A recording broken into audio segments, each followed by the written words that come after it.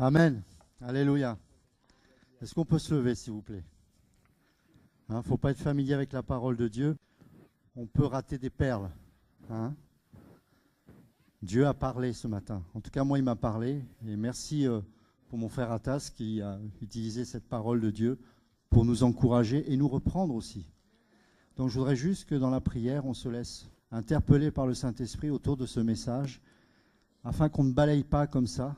Hein? On aura certainement beaucoup de temps dans la parole, les prières, etc. Mais je ne veux pas qu'on passe à côté de tous ces moments importants, car nous serons jugés selon sa parole, n'est-ce pas? Baissons la tête et prions ensemble, s'il vous plaît. Seigneur, on te remercie pour cette parole. Et Seigneur, nous reconnaissons à bien des égards que nous ne sommes pas des sacrificateurs. Nous reconnaissons, Seigneur, que parfois nous chantons avec l'esprit qui est ailleurs, que trop souvent nous chantons avec religiosité, alors que tu nous dis, c'est vrai, comme on l'a entendu tout à l'heure, que tout ce qui respire loue l'Éternel. Nous voulons te respirer, que notre vie soit une louange, que notre vie soit une adoration. Seigneur, je sais que ce matin, il y a forcément des choses que tu pointes du doigt, nous concernant et me concernant.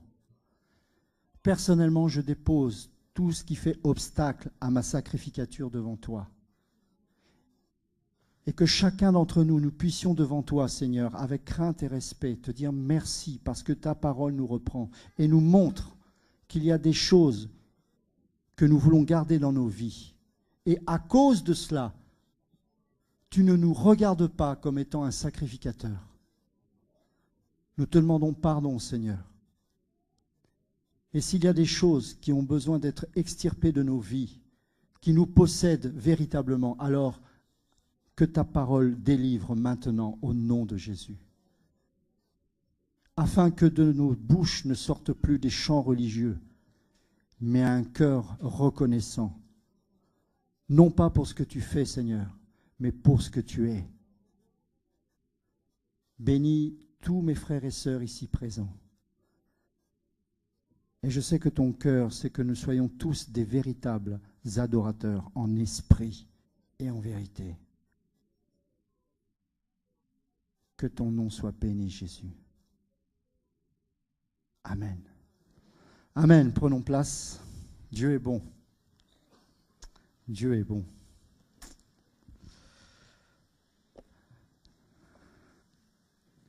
Ce que j'aime avec la parole, c'est qu'elle nous remet en question en permanence. Et vous savez, la réforme, ce que, en toute modestie, parce que nous ne sommes pas Luther, loin s'en faut, mais ce que des hommes comme Luther n'ont pas su saisir à la fin de leur vie, c'est que cette réforme devait continuer. C'est pas parce qu'on a compris une chose qu'on doit s'arrêter à cette révélation. Parce que de cette révélation, on peut en faire une dénomination et une religion.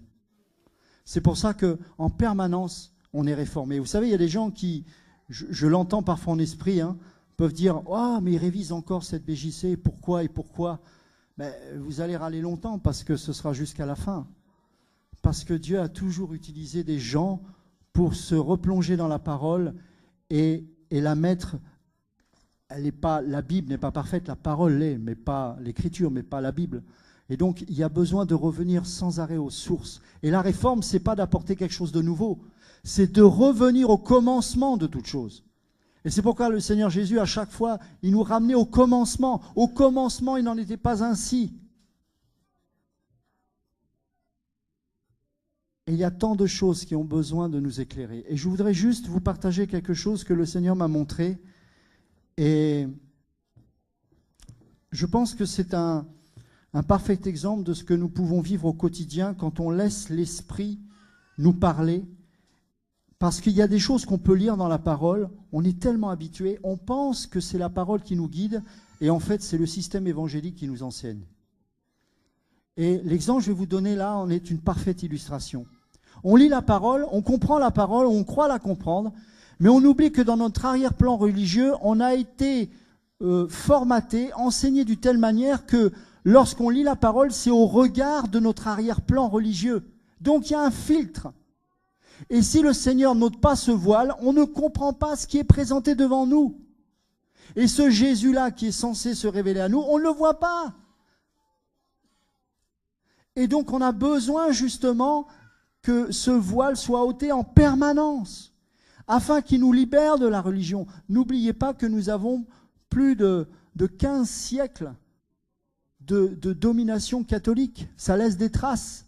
Ça a laissé des traces chez Calvin, ça a laissé des traces chez Luther, chez Zwingli. Donc vous comprenez bien que seul le Saint-Esprit nous enseigne. C'est dans ce sens-là qu'il faut interpréter cette parole. Parce que Dieu utilise des hommes et des femmes pour que nous puissions entendre la parole de Dieu. Mais le Saint-Esprit seul peut nous délivrer de la compréhension que l'on doit avoir de cette parole. Et c'est pour ça que je bénis Dieu pour ce que j'ai entendu ce matin. Et vous savez, cette parole, si on est orgueilleux, on va passer à côté. On va passer à côté. Et le prédicateur doit se laisser autant reprendre que les autres lorsqu'il entend cette parole. Parce que sinon on va passer à côté. J'ai besoin d'être nourri. Parce que ce que je crois connaître finalement, quand la parole m'éclaire et que le Saint-Esprit m'enseigne, je réalise que j'avais une mauvaise compréhension de cette parole. Est-ce que vous comprenez? Amen.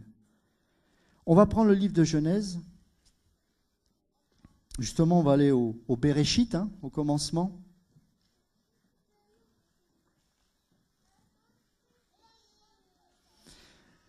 Et on prêche, bien sûr, ou on dénonce plus exactement l'église de Laodicée. On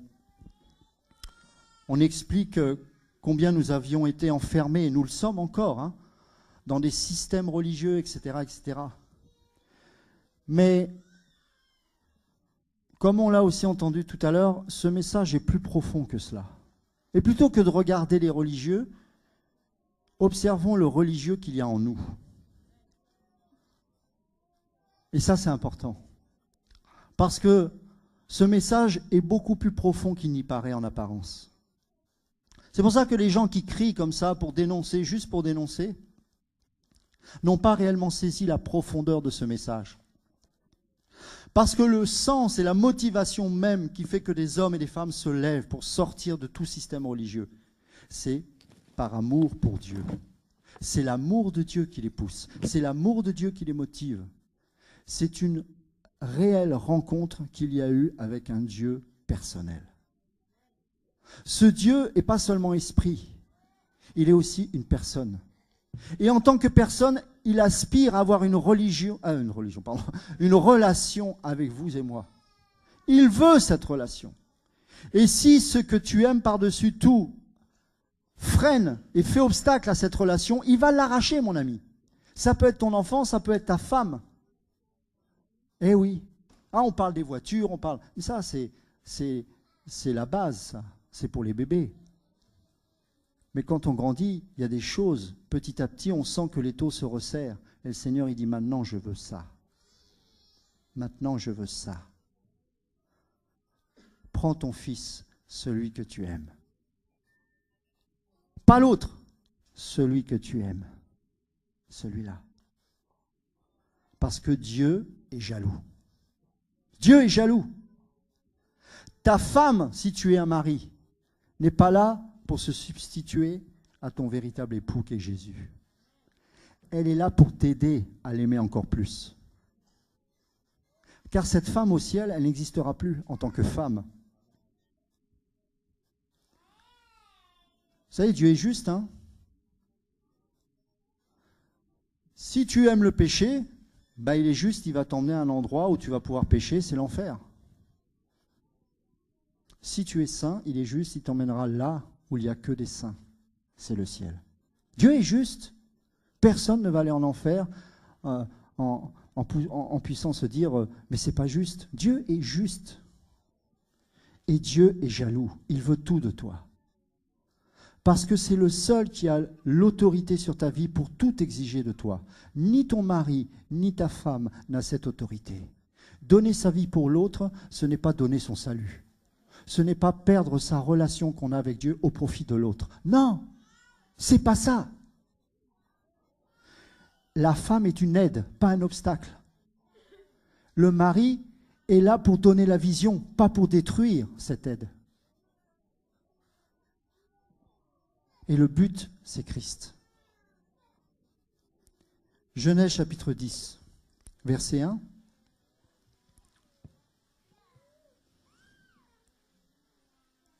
Genèse chapitre 10, verset 1. Voici la postérité des fils de Noé, Sem, Cham et Japheth. Il en naquit des fils après le déluge. Les fils de Japheth furent Gomer, Magog, Madai, Javan, Tubal, Méchec et Tiras. Et les fils de Gomer, Ashkenaz, Riphat et Togarma. Les fils de Javan, écoutez bien, parce que ça c'est un parfait exemple de l'enseignement évangélique qu'on a eu et on n'a rien compris. Les fils de Javan, Elisha, Tarsi, Kittim et Donanim, de cela furent divisés, les îles des nations selon leurs terres. Chacun selon quoi? J'entends pas. Encore? Chacun selon sa langue. Selon leur famille, entre leurs nations. Plusieurs langues, plusieurs nations. On est d'accord, c'est écrit, c'est pas moi. Vous êtes d'accord ou pas? D'accord, donc pas de raison de me lapider. On continue. Et les fils de Cham furent Cush, Mitzraïm, Put, Canaan. Et les fils de Cush, Saba, Avila, Sapta, Raéma et Sapteka. Les fils de Raéma, Séba et Dédan. Cush engendra aussi Nimrod. Écoutez bien, c'est lui qui commença à être puissant sur la terre. Il fut un puissant chasseur devant Yahweh. C'est pourquoi l'on a dit, comme Nimrod, le puissant chasseur devant Yahweh. Et le commencement de son règne fut Babel. C'est confusion. Érec, Akkad et Calné, au pays de Shinéar. De ce pays-là sortit Assur, et il bâtit Ninive et les rues de la ville, Rehoboth, Hir et Kalak. Ok, on va un peu plus loin, et on va au verset 31. Donc, là, toute la généalogie est expliquée, est écrite. Et au verset 31, alors rappelez-vous, c'est des rouleaux. Donc, le livre de Genèse n'était pas divisé en chapitres. C'était des rouleaux entiers. Donc, il n'y a pas de séparation entre le verset 31 et le chapitre 11, verset 1. Dans votre esprit, ôtez le chapitre 11 et on va lire d'une traite. Et là, on va mieux comprendre le contexte. Donc, je lis à partir du verset 31 et on va continuer au verset 1 et 2, etc. Mais dans votre esprit, notez bien, on enlève le contexte du chapitre 11. C'est un seul et même rouleau. D'accord ? Et d'ailleurs, je vous rappelle que, enfin, je le préciserai tout à l'heure, l'interprétation que je vais en faire, qui est biblique, je vous rassure, c'est une interprétation rabbinique. Pourquoi? Parce que eux, justement, ils n'ont pas de division. Donc, ils ont le contexte est mieux perçu de leur part. Donc, je vais expliquer, je vous rassure. Alors, verset 31. Ce sont là les fils de Sem, selon leur famille, selon leur langue. Je répète. Ce sont là les fils de Sem, selon leur famille, selon... Ok, on est bien tous d'accord. Selon leur pays et selon leur nation. Telles sont les familles des fils de Noé selon leur lignée, il insiste, selon leur nation. Et écoutez bien cette précision, et de cela ont été divisées les nations sur la terre quand? Quand? Ah, alors il y a quelque chose qui me pose problème par rapport à ce qu'on va enseigner pendant des années et ce qu'on va lire par la suite. Verset 1, imaginez qu'on continue le rouleau. Alors, il est bien dit alors, toute la terre avait un même langage et une même parole. Attendez, il y a un problème là. Ça vous a jamais posé un problème, ça, ce passage? Pendant des années, on m'a enseigné dans l'église évangélique qu'il n'y avait qu'une seule langue à Babel. La parole nous prouve qu'on a dit n'importe quoi. C'est totalement faux. Mais ça ne va pas en contradiction avec le message. Au contraire, ça amène beaucoup plus de profondeur. Vous savez, quand on dit que le livre de Genèse est prophétique, il faut faire attention à ce qu'on dit. Il est prophétique au point même où ce qui est décrit là est la situation de ce que l'on vit exactement aujourd'hui. Donc on ne peut pas parler une seule et même langue ici si cette parole-là est prophétique et nous décrit une situation d'aujourd'hui. C'est beaucoup plus profond ça. On va continuer. Tous avaient un même langage. Je bénis Dieu parce que dans cette révision, il n'est pas fait mention d'une même langue, mais un même langage. C'est beaucoup plus précis. Et le même ici, c'est Echad. Vous connaissez tous ce mot. Et c'est une unité d'esprit, ne faire qu'un, être un. Ils avaient tous un même langage et une même parole. Mais il arriva, verset 2, qu'étant partis de l'Orient, ils trouvèrent une vallée au pays de Shinéar, où ils habitèrent. Je vais m'arrêter là. On développera un petit peu après. Ce qu'on a besoin de comprendre ici, c'est que ce n'est pas parce que tu parles la même langue que moi que nous faisons un. Allô? Je répète. Ce n'est pas parce que tu parles la même langue que moi que nous sommes un. Car c'est l'Esprit qui va tester si nous ne faisons qu'un ou pas. Deuxième chose. Ce n'est pas parce que tu ne parles pas la même langue que moi que tu ne fais pas un avec moi. Car dans le langage de Dieu, il n'y a qu'une seule et même langue. Et c'est l'Esprit de Dieu. Alors qu'est-ce que cela signifie pour nous aujourd'hui? Ou plus exactement, quelle était la situation dans laquelle se trouvait Abraham, puis les autres, et Noé et tant d'autres? Et en quoi cette situation est identique à la nôtre aujourd'hui? C'est très simple. Vous savez, il y avait plusieurs pays et plusieurs langues. Tout comme en Europe, il y a plusieurs nations et plusieurs langues. Mais un seul langage. Regardez le monde, comment il parle. Que tu ailles aux États-Unis, en Allemagne ou en France, si tu dénonces l'homosexualité, tu as une amende et tu risques l'emprisonnement. La même langue. Est-ce que vous comprenez? Le temps est strictement identique. Ce n'est pas du deuxième degré, ce n'est pas métaphorique, ce n'est pas allégorique. C'est littéral. Il y avait plusieurs nations, il y avait plusieurs langues, comme aujourd'hui, mais un seul langage et une même parole. Dieu n'existe pas. Tu es ton propre Dieu. Fais ce que tu veux. Pêche comme tu veux. Dénude ton corps. Un seul et même langage. Une même parole. Une parole qui dit que si jamais tu ne marches pas dans le sens qu'ils veulent, tu risques ta vie. Depuis quelque temps, le Seigneur me met à part sur certains sujets et il m'a montré quelque chose qui m'a bouleversé. Et j'ai dû me repentir devant ça. Pendant très longtemps, j'ai cru que nous n'étions pas persécutés parce que nous sommes en Occident.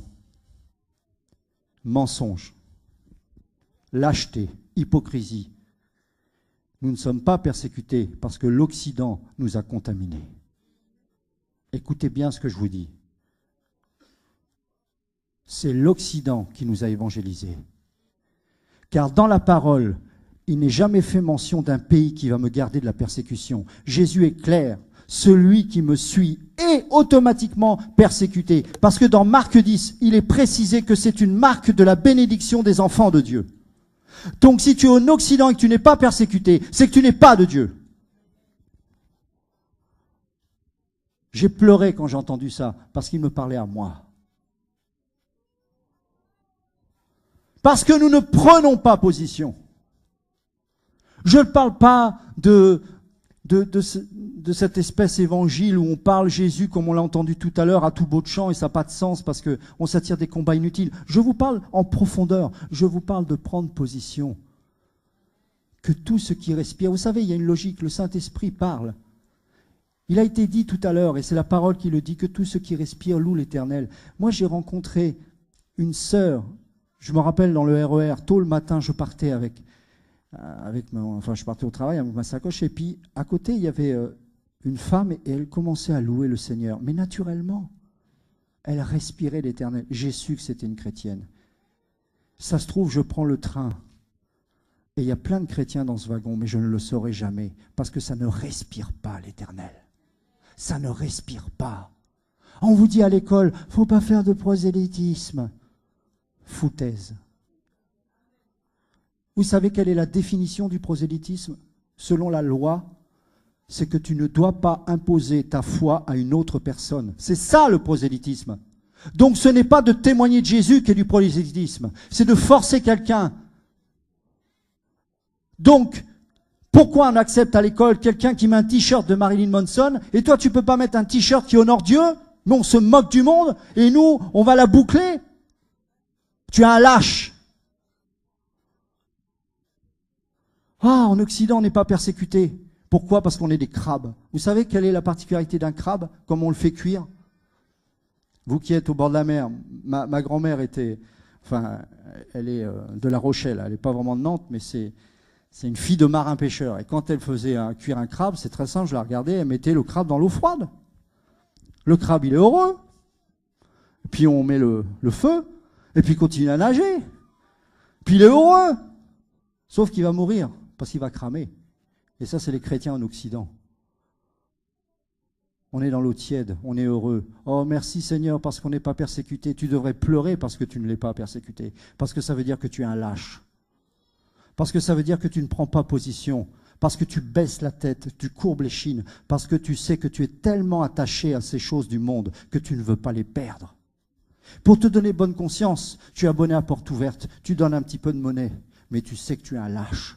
Et tu passes à côté de l'appel de Dieu sur ta vie parce que tu n'as jamais pris position pour Christ. Et tu oses dire que Dieu te bénit. Tu te moques de Dieu. Quand le Seigneur m'a parlé dans ces termes, j'ai beaucoup pleuré. Parce qu'il m'a mis face à un choix. Maintenant que tu as entendu cette parole, qu'est-ce que tu vas faire de cette parole? C'est facile de dire amen, d'applaudir. C'est facile de repartir délivré et de recommencer à faire n'importe quoi. Qu'est-ce que tu vas faire de toutes ces paroles que tu as entendues depuis des années? Continue à dire merci parce que je ne suis pas persécuté. Ou est-ce que tu vas enfin avoir les tripes d'être un véritable adorateur qui respire la crainte de Dieu, qui respire la consécration, qui respire la sanctification, qui respire la foi et pas le raisonnement ou la justification humaine? Quand tu commences à prendre position en Occident, tu vas voir ceux qui étaient gentils avec toi, tu vas voir leur vrai visage, tu vas voir des monstres, tu vas voir des gens qui te détestent, qui n'ont jamais aimé Dieu et qui ne t'aiment pas. Quelle va être ton attitude face à ça?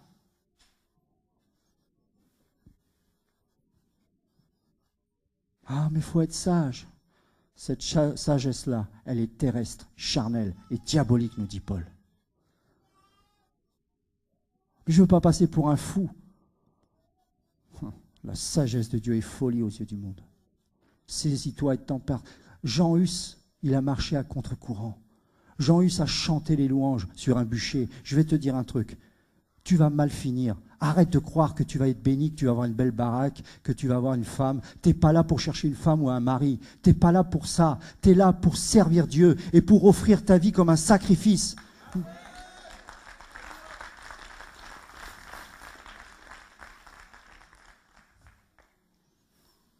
Est venu du cri de mon cœur, oui, maintenant je capitule devant toi, je suis prêt à tout perdre, même ce qui m'est le plus cher, pour toi, parce que je comprends maintenant que ton amour, il est exclusif et sans partage. Et je ne pourrai pas aller au ciel si je suis toujours animé de cette tiédeur. Ah, c'est beau ce qu'on a entendu, sacrificateur, mais le concret de cela, ça veut dire quoi? Être un sacrificateur, c'est se donner. Et en tant qu'enfant de Dieu, tu ne seras pas heureux sur cette terre. Parce que si tu l'es, tu m'inquiètes. Alors là, je suis très inquiet sur vos vies si vous commencez à trouver du bonheur sur cette terre. Parce que le Seigneur, il n'est pas venu ici pour te rendre heureux. Il est venu pour changer ton cœur et ta vie, afin que tu le rejoignes au ciel. Si tu aimes ce monde, si tu es heureux sur cette terre, quand la trompette sonnera, tu y resteras puisque tu es si heureux.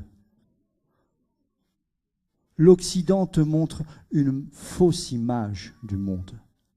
L'Occident te fait croire que tu es en paix et que tu n'es pas persécuté. L'Occident te dit, mais tu as la liberté de culte. Ah bon? Dis simplement Jésus. Regarde les gens, ils sont tellement possédés, ils sont prêts à te maudire parce que tu dis juste le mot Jésus. Et tu dis ne pas être persécuté parce que l'Occident respecte ta foi, mais il ne te respecte pas, ils ne t'aiment pas et ils ne t'aimeront jamais. Il faut que ça rentre dans ta tête. Ils ne t'aimeront jamais.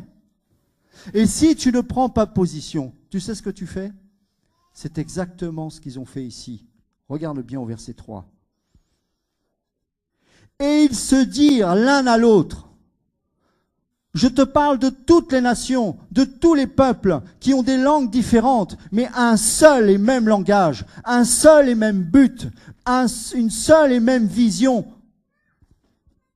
C'est ça la même langue, c'est ça la même parole. C'est pas parler tous l'anglais, même si ça va arriver. C'est pas parler tous le germanique. Non, c'est le langage du monde. Et ils se dirent l'un à l'autre, allons et faisons des briques et cuisons-les très bien au feu. Et la brique leur servit de pierre. À chaque fois que tu es dans la tiédeur, n'oublie jamais une chose, que tu sois chrétien ou pas, tu apportes non pas une pierre à l'édifice, mais une brique à la tour de Babel. Et c'est de tes propres mains que tu l'apportes. Et c'est toi qui les fabriques. Et c'est exactement ce que Pharaon voulait faire aux Hébreux lorsqu'ils étaient esclaves. Qu'ils fassent encore autant de briques, mais sans la paille. Qu'ils transpirent. Et ils étaient en train de crier à Dieu, mais ils continuaient à fabriquer des briques. Et ceux qui ont été appelés pour être les libérateurs comme Moïse n'étaient pas là, ils étaient dehors, sortis depuis bien longtemps. Parce que tu ne peux pas entendre la voix de Dieu lorsque tu es dans un système. Tu ne peux que crier, mais tu ne l'entendras pas. Il faut qu'il y ait des gens dehors qui, eux, sont pas contaminés comme toi et moi. Parce qu'un prophète est dehors. Un prophète n'est pas dedans. Un prophète ne fabrique pas des briques. Il est assis sur la pierre angulaire qui est Christ. Et il est dans le repos de Dieu.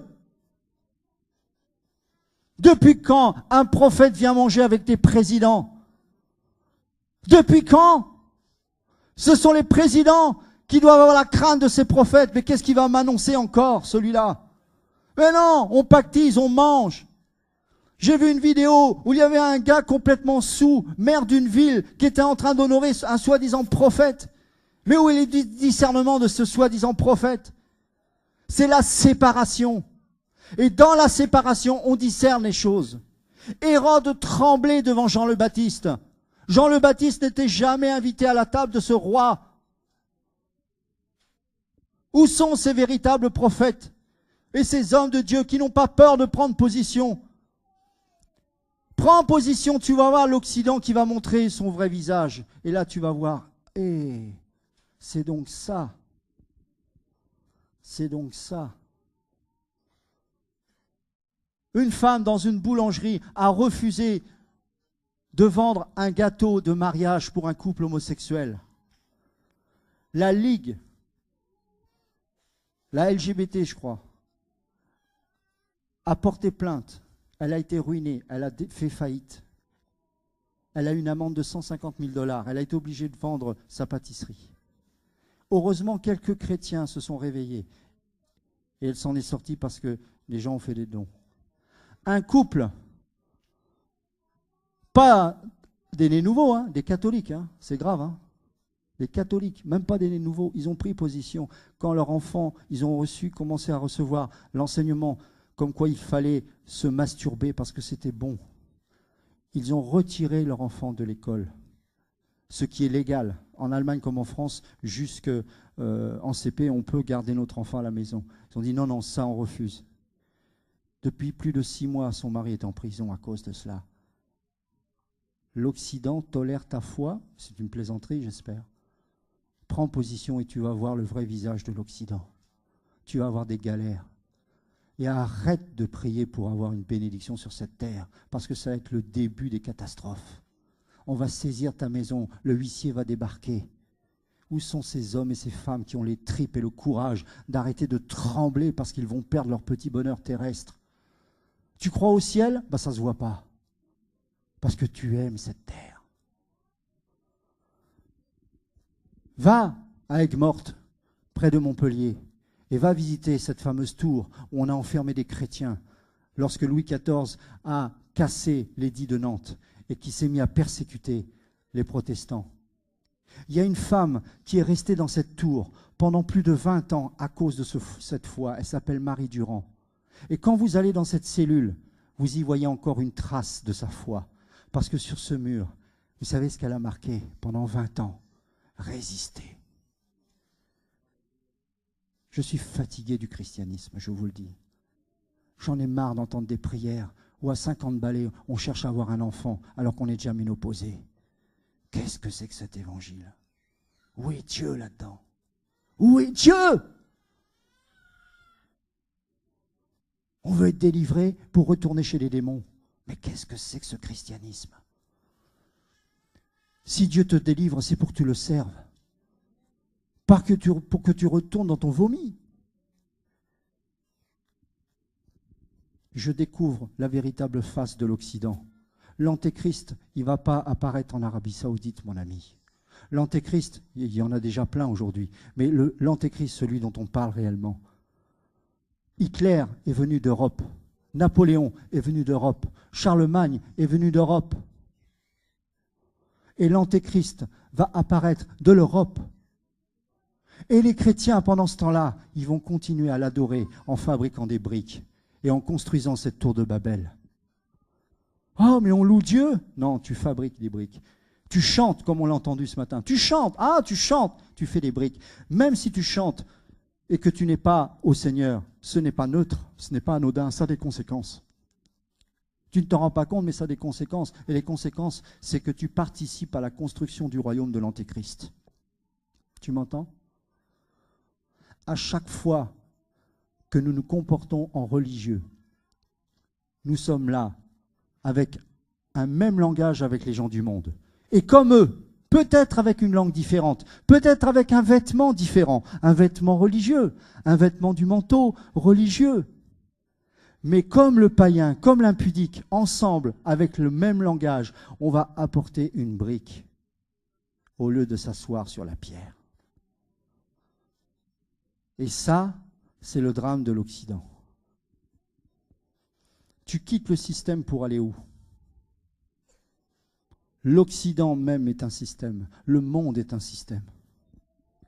1 Pierre 2,11 nous dit « Je vous exhorte en tant qu'étrangers et voyageurs sur cette terre à vous abstenir des convoitises charnelles qui font la guerre à l'âme. » Comment t'abstenir de ces choses si tu n'es pas un étranger et un voyageur sur cette terre? Comment être délivré du péché si tu ne te considères pas comme un étranger et un voyageur sur cette terre? Comment vivre une véritable foi en Christ si tu ne te considères pas comme un étranger et un voyageur sur cette terre? Laisse-moi te dire une chose, parce que Dieu t'aime, il va te dépouiller, il va te ruiner, il va prendre tout ce qui va te faire mal parce que tu y es attaché.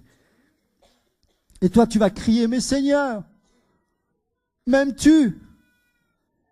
Et tu ne l'entendras pas parce qu'il est en train de te dire, voici la preuve de mon amour pour toi, je te dépouille de tout ce qui t'empêche de m'aimer. Ça fait longtemps qu'on a perdu le vrai évangile, depuis des siècles. Les catholiques qu'on dénonce, pendant 14 siècles, ils ont évangélisé le monde entier, parce qu'il n'y avait pas d'autre religion. Il y avait des réformateurs terribles, des gens qui ont gagné les peuples barbares avec une hache en coupant leur Dieu. Quel est ton Dieu? C'est cet arbre. Alors je le coupe. Est-ce qu'il m'est arrivé quelque chose? Non. Alors je vais prêcher maintenant ce vrai Jésus. Et tous les villages se tournaient vers Christ comme ça. La plupart sont morts, brûlés vifs. On lit Hébreux 11 sur les héros de la foi, mais est-ce qu'on retient seulement?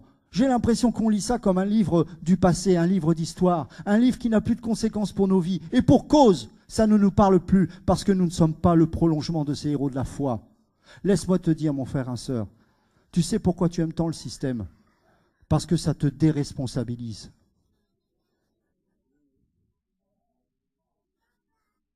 Parce que si tu es un sacrificateur, ça veut dire que tu es responsable de ton sacerdoce devant Dieu. Et là, tu ne pourras plus te dire, pasteur, pasteur, pasteur. C'est toi et Dieu. Que fais-tu de ce que tu as entendu? Oh, j'ai toujours eu à cœur un orphelinat. J'ai toujours eu à cœur d'aller de... Bla, bla, bla, bla, bla. Mais j'ai pas d'argent. Mais... écoute-moi bien, dans toute l'histoire de l'Église, tous les réformateurs, tous les missionnaires n'ont jamais eu d'argent.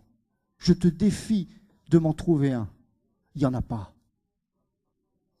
Par contre, aujourd'hui, l'Église est riche, mais il n'y a plus de missionnaires. C'est étrange. Ah si, il y a des kékés sur Internet, hein, sur leur salon avec leurs gros bidous, et puis voilà, on prêche. Il faut arrêter tout ça. Je bénis Dieu pour Didasco. Vous savez pourquoi? Ce n'est pas les pasteurs qui viennent. Ce n'est même pas les anciens. C'est vous, des gens qui ont soif de Dieu. Ce sont des gens qui n'ont pas besoin de titre parce qu'ils savent qu'au plus profond d'eux, il y a un feu qui brûle. Ne vous culpabilisez pas si cette parole est dure. Ce n'est pas pour condamner, c'est pour nous ressaisir. Pour qu'on arrête d'être toujours assis et passif.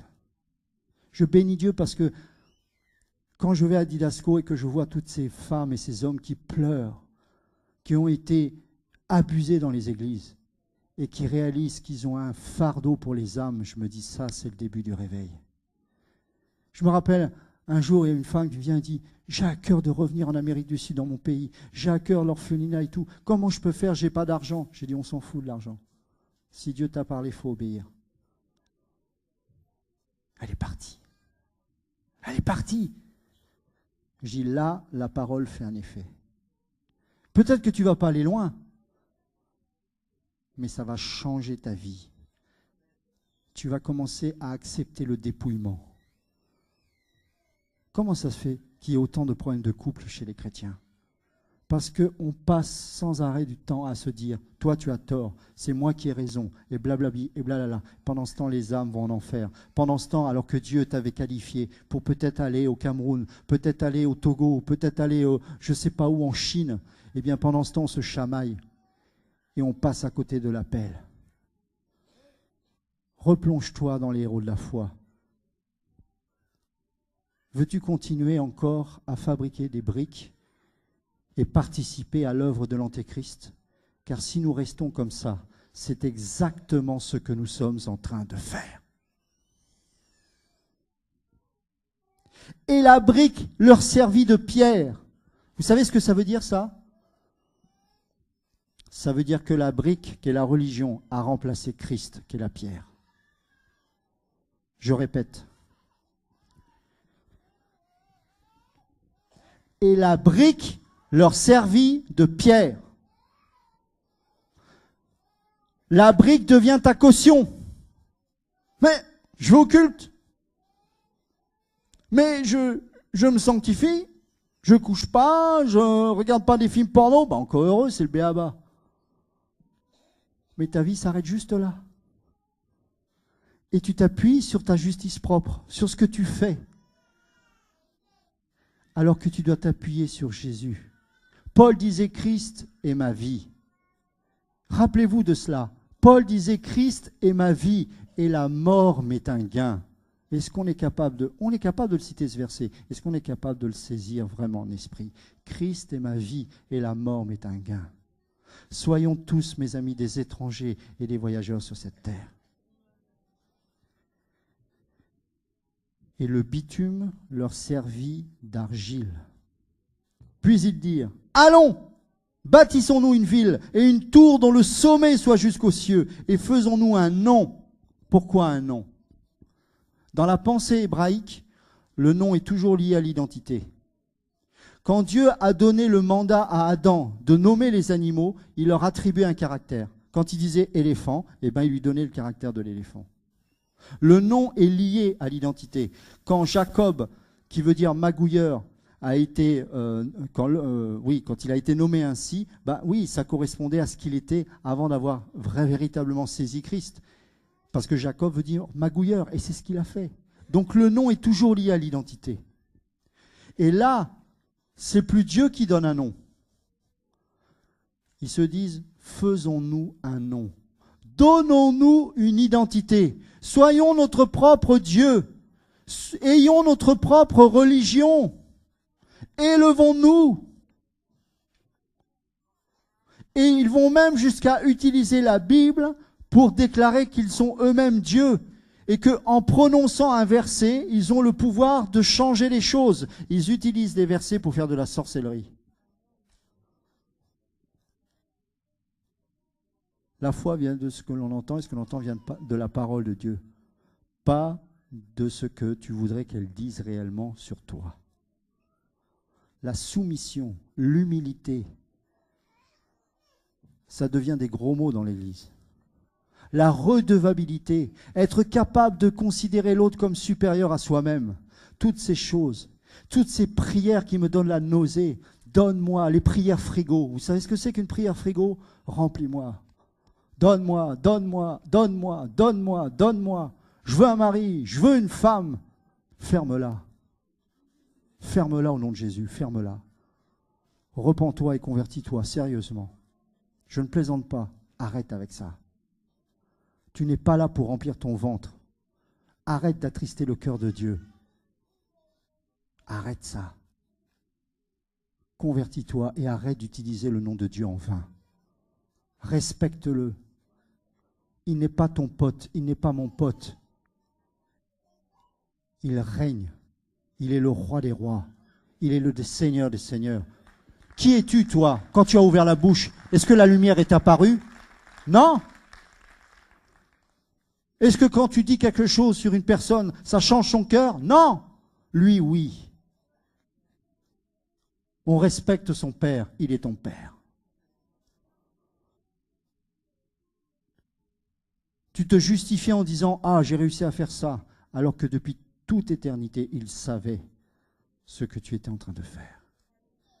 Il est ton Dieu, il n'est pas ton pote. Respecte-le, adore-le, honore-le. Viendra un temps où il n'y aura plus de souffrance là-haut. Et là, tu auras compris quel aura été le sens de ta vie. Mais tu n'es pas ici pour t'épanouir ou t'éclater. On n'est pas en boîte ici. On n'est pas en boîte de nuit. On n'est pas là pour gigoter, se dire alléluia, avoir le petit frisson et s'en aller comme si de rien n'était. Parce que chaque parole que tu auras entendue pendant tant d'années, tu devras en rendre compte au tribunal de Christ. Chaque parole.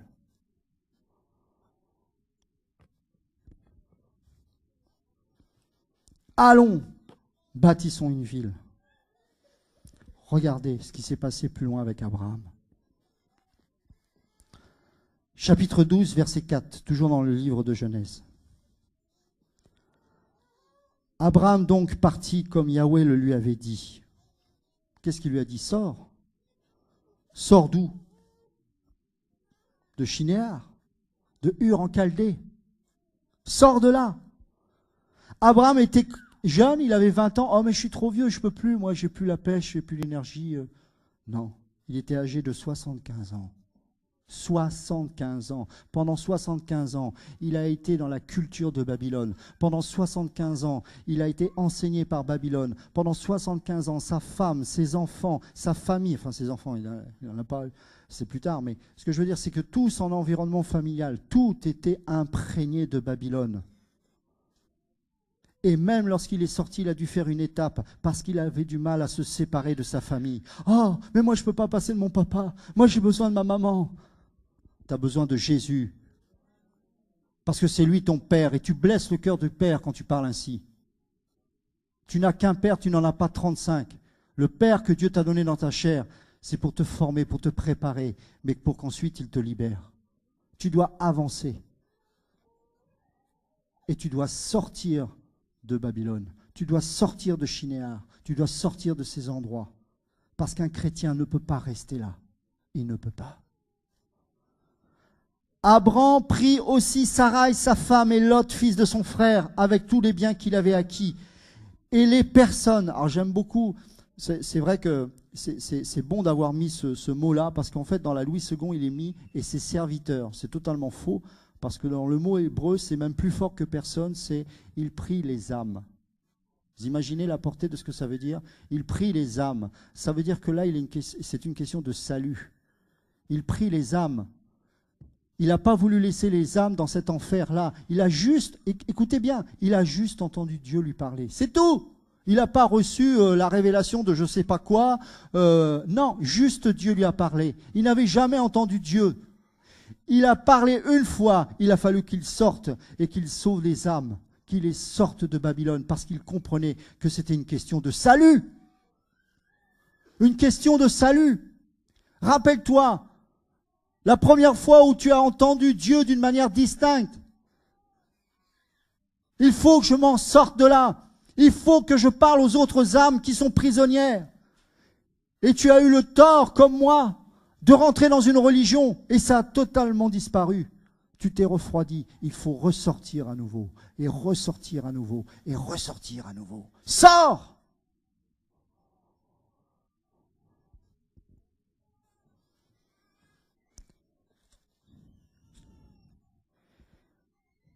Et ils partirent pour aller dans le pays de Canaan, et ils arrivèrent au pays de Canaan.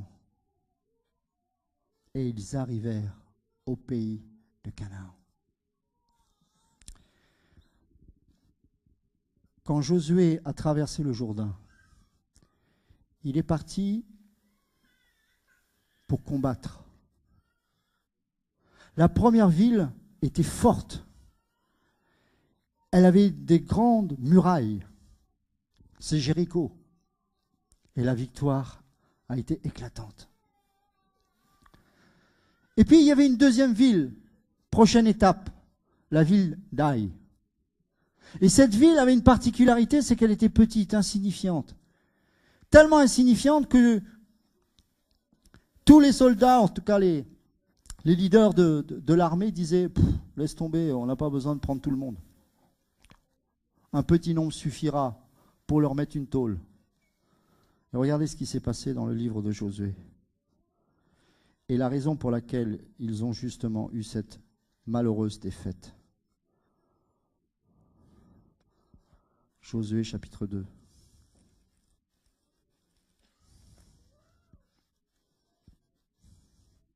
Non, c'est un peu plus long, excusez-moi. Voilà, Josué chapitre 7.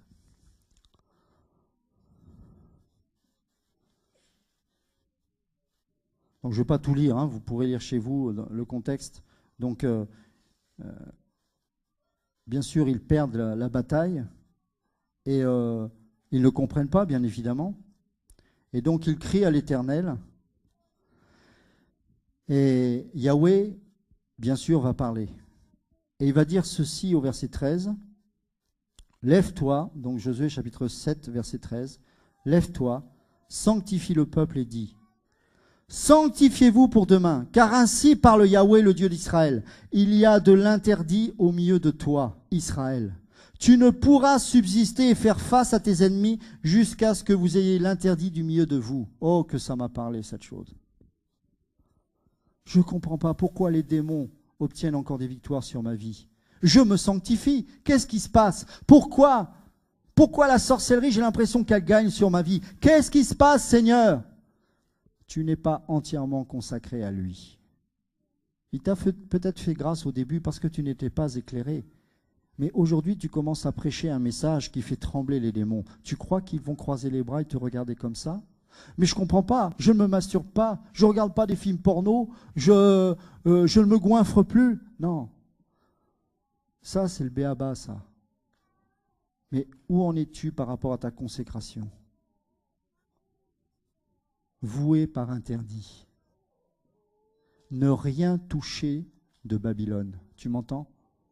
Si tu touches une chose de Babylone, tu ouvres une porte. Quand je dis toucher, c'est dans le sens spirituel du terme. C'est d'y porter un regard et d'y être attiré. La victoire, elle est totale, certes à la croix, mais tu l'expérimenteras que si tu mets tout par interdit dans ta vie. Tu m'entends? Tout par interdit. Parce que sinon, le diable aura toujours une légitimité sur ta vie. demande au Saint-Esprit, qu'est-ce qui a besoin d'être éliminé de ta vie, afin que tu obtiennes enfin cette victoire qui est légitime.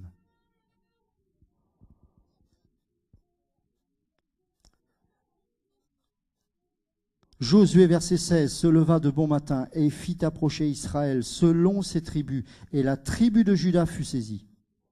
Puis il fit approcher les familles de Juda, et la famille de Zérak fut saisie. Vous savez, juste une parenthèse avec ça. C'est chaud, hein? Ça c'est très chaud, hein? Parce que c'est exactement ce que le Saint-Esprit fait avec ta vie et avec la mienne. Pourtant, à l'époque des Hébreux, on était dans une société qu'on va appeler patriarcale, collective. L'individu primait moins qu'aujourd'hui.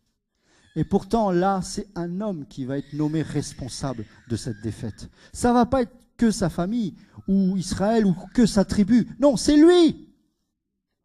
Comme il dit à un moment donné dans ta vie, et peut-être qu'il le dit ce matin, c'est toi, c'est toi, c'est toi, c'est toi. C'est pas ton voisin. Cette parole, elle est pour toi. Arrête de regarder à côté. Arrête de penser que c'est pour ta mère ou ton père. Arrête de croire que c'est pour ton mari ou ta femme. Je te parle de toi. De toi.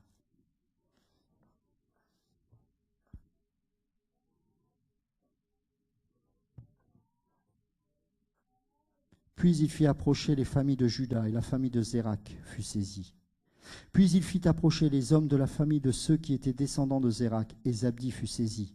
Et quand il fit approcher la maison de Zabdi par homme, Akan, fils de Carmi, fils de Zabdi, fils de Zérak, alors lui il est grillé, hein, on sait exactement qui c'est, hein, de la tribu de Juda fut saisi. Josué dit à Akan, vous savez ce que ça veut dire Akan? Troublé. Troublé. Mon fils, je te prie, donne gloire à Yahweh, le Dieu d'Israël, et fais-lui confession. Déclare-moi, je te prie, ce que tu as fait, et ne me le cache point. Et Akan répondit à Josué et dit, j'ai péché, il est vrai, contre Yahweh, le Dieu d'Israël. Et voici ce que j'ai fait. J'ai vu parmi le butin, quoi? Mais c'est pas qu'un beau manteau. Ah, Babylone. J'ai vu un beau manteau de Shinéar. Comme par hasard, il y avait plein de choses luxueuses.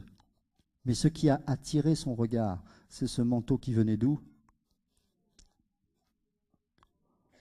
C'était le passé de Babylone, la séduction du monde. J'ai pris ce manteau, et il va dire plus loin, avec l'or et l'argent. Vous connaissez la suite. Vous connaissez la suite. Et je voudrais juste qu'on termine avec 2 Corinthiens 6.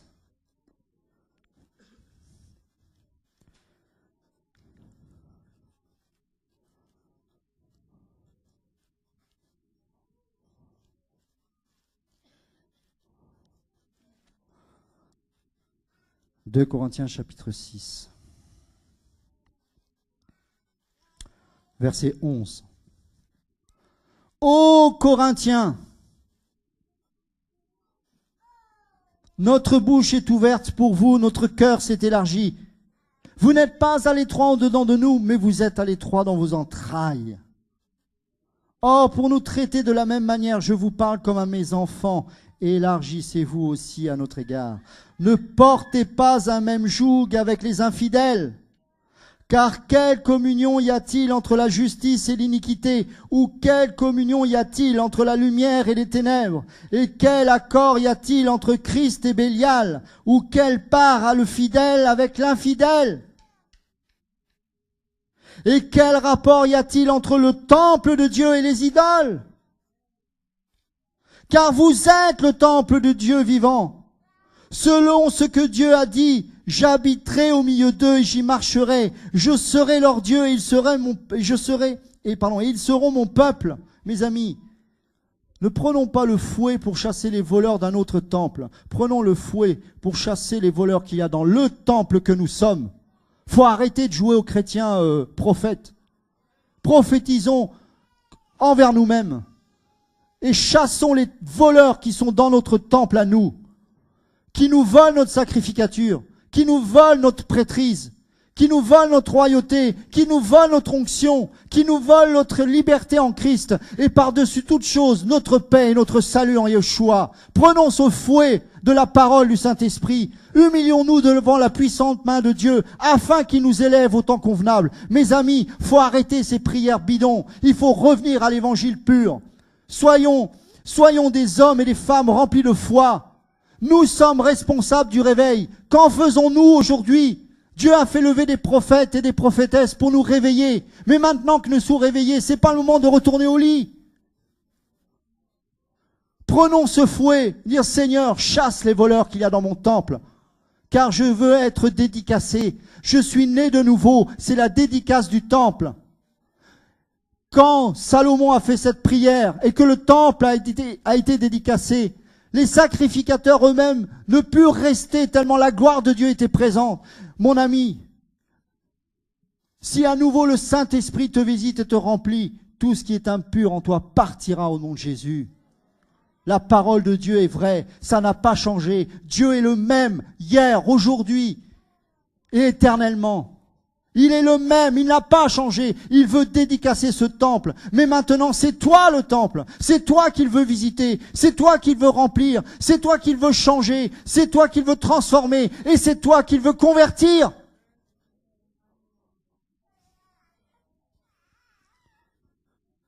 Verset 17. C'est pourquoi sortez du milieu d'eux et séparez-vous, dit le Seigneur. Ne touchez à aucune chose souillée. À aucune chose souillée. Lâchez-moi ces briques. Et alors, je vous recevrai. Je serai pour vous un père. Et vous serez pour moi des fils et des filles, dit le Seigneur Tout-Puissant. Mes amis, quelle promesse! Quelle promesse! Il veut nous rentrer dans son intimité. Il veut te donner des secrets qu'il a à te communiquer. Des choses que ton voisin ou ta voisine ne pourra pas entendre. Toi seul, tu les recevras. L'intimité du Père. Mais pour cela, donne ta vie. Mon ami, je t'en supplie, donne ta vie. Arrête de raisonner. Arrête de savoir si c'est vraiment de Dieu tout ça. Ça, c'est démoniaque. C'est de Dieu parce que c'est la parole. C'est écrit, point barre. Les hommes de l'histoire de l'Église n'avaient même pas le quart de la connaissance que nous avons aujourd'hui dans la parole. Ils ont fait 10 fois plus. 10 fois plus! Quand on a enfermé des chrétiens américains dans des camps japonais pendant la guerre, ils avaient juste un petit bout de papier, un petit passage d'un évangile. Ils ont pu tenir grâce à ça. Quand pour la première fois Porte Ouverte est allé en Chine, ils ont vu une multitude d'enfants de Dieu cachés partout. Ils n'avaient même pas de Bible. Regardez ce que l'on a. Regardez le travail qu'on y met pour cela, pour que le peuple soit libéré. Et on n'est même pas capable de lire cette parole. C'est une honte. La parole, ce n'est pas un livre, c'est une personne. La parole, c'est Dieu. Et elle a été faite chair parce qu'elle t'aime. Et elle est venue habiter au milieu des pécheurs parce qu'il nous aime. Cette parole, c'est pas un livre. Cette parole, c'est pas une religion. C'est un Dieu d'amour qui veut changer ta vie.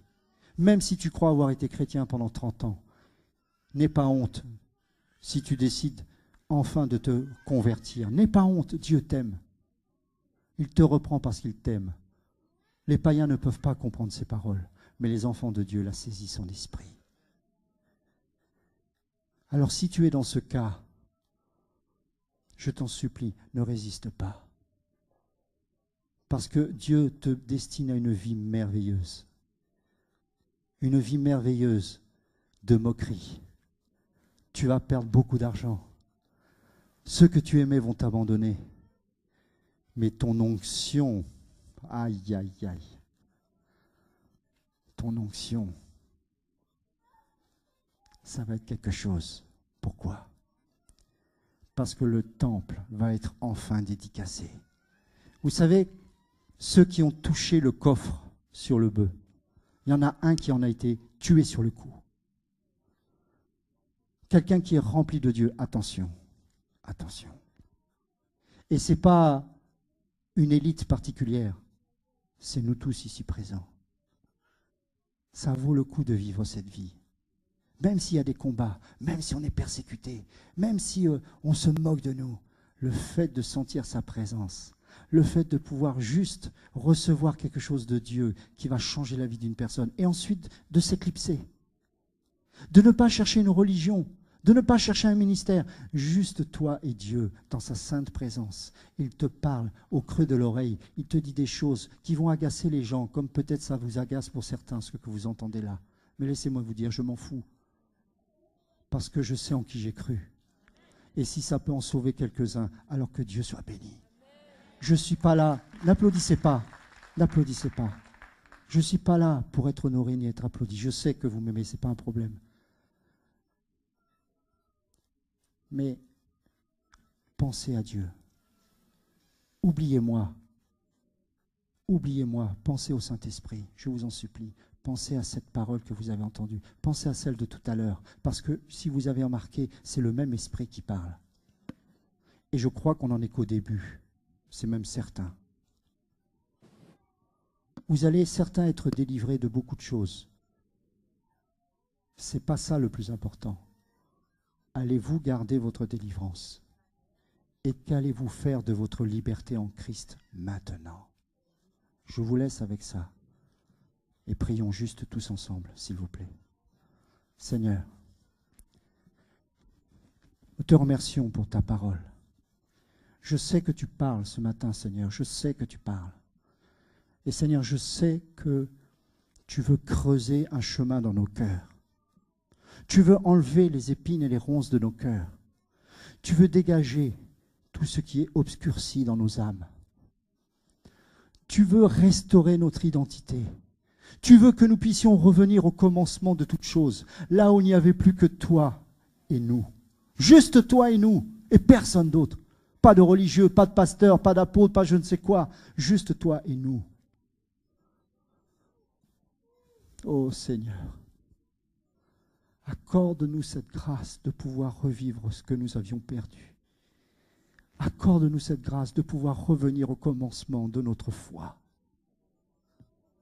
Libère-nous de notre amour du monde, de notre idolâtrie des hommes et des femmes. Libère-nous du péché sous toutes ses formes et que nous puissions avoir comme toi tu vois. Que nous puissions voir comme toi tu vois, Seigneur. Entendre comme toi tu entends. Nous ne voulons pas ressembler à un prédicateur, une prophétesse ou je ne sais pas quoi. Nous voulons te ressembler.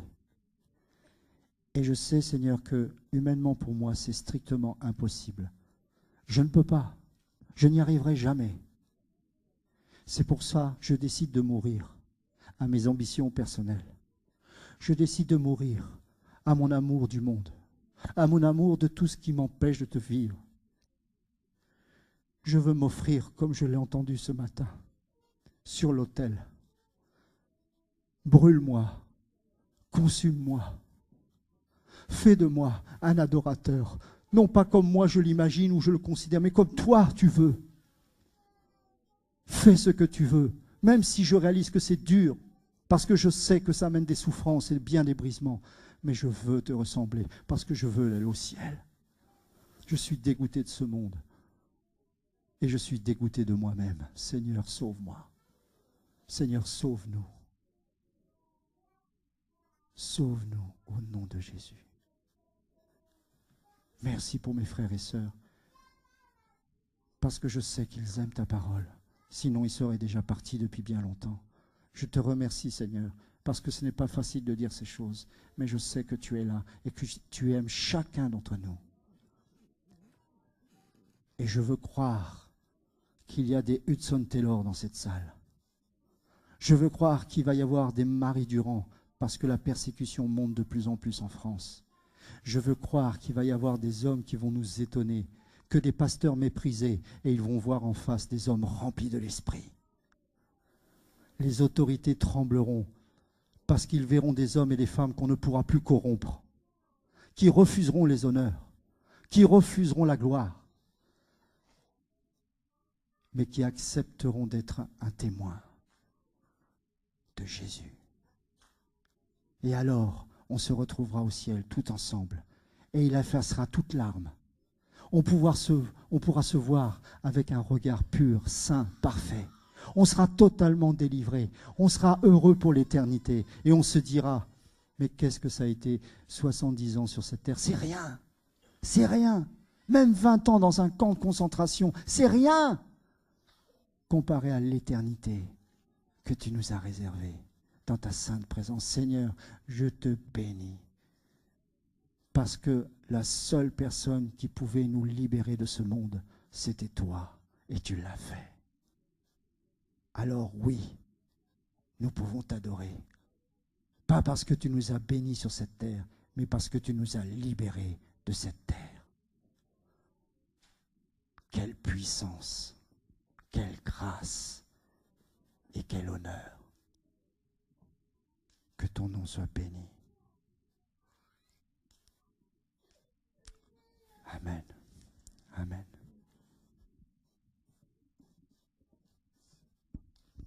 Est-ce qu'on peut acclamer pour Jésus?